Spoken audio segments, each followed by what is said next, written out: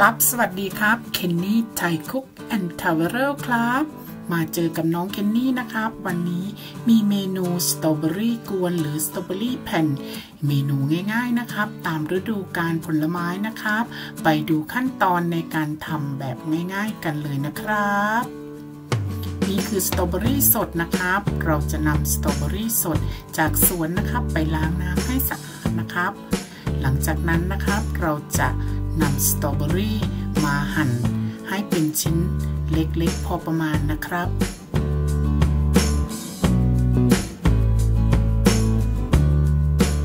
สดๆหวานๆน้ำหอมเลยนะครับเพื่อนๆแต่ทานไม่ทันหลังจากนั้นก็จะนำไปปั่นนะครับให้ละเอียด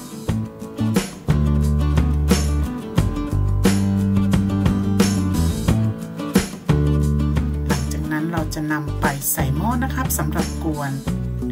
ไฟอ่อนๆนะครับเราจะเติมน้ำตาลทรายลงไปนะครับ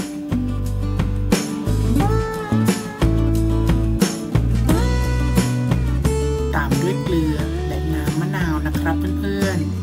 ๆควรใจเย็นๆต่อไปเรื่อยๆนะครับ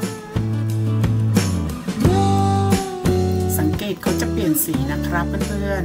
ๆตั้งไว้ให้เย็นนะครับหลังจากนั้นนำสตรอเบอรี่ไปราดบางๆนะครับบนกระดาษสำหรับเข้าเตาอบนะครับเราจะนำเข้าเตาอบเพราะเราไม่มีแดดนั่นเองนะครับถ้าเป็นบ้านเราที่เมืองไทยก็นำไปตากแดดเหมือนมะม่วงแผ่นได้เลยนะครับนำเข้าเตาอบนะครับอุณหภูมิต่ำกว่า50องศานะครับเปิดเตาอบให้มีอากาศภายนอกเข้านะครับเพื่อนๆใช้เวลา 8-10 ชั่วโมงนะครับจนกว่าเขาจะแห้งตัวดีว้าวเรียบร้อยแล้วนะครับเพื่อนๆหน้าตาน่าทานนะครับเรามาทำการ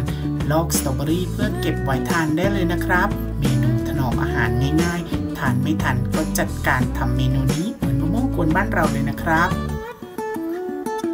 หน้าตาน่าทานนะครับเพื่อนๆขอบคุณสำหรับการติดตามรับชมนะครับ Thank you for watching. I hope you enjoy my video. I hope to see you again next clip video.Vielen Dank für das Anschauen und auf Wiedersehen เจอกันคลิปหน้านะครับขอบคุณสำหรับการติดตามรับชม Kenny Thai Cook and Travel วันนี้ Say goodbye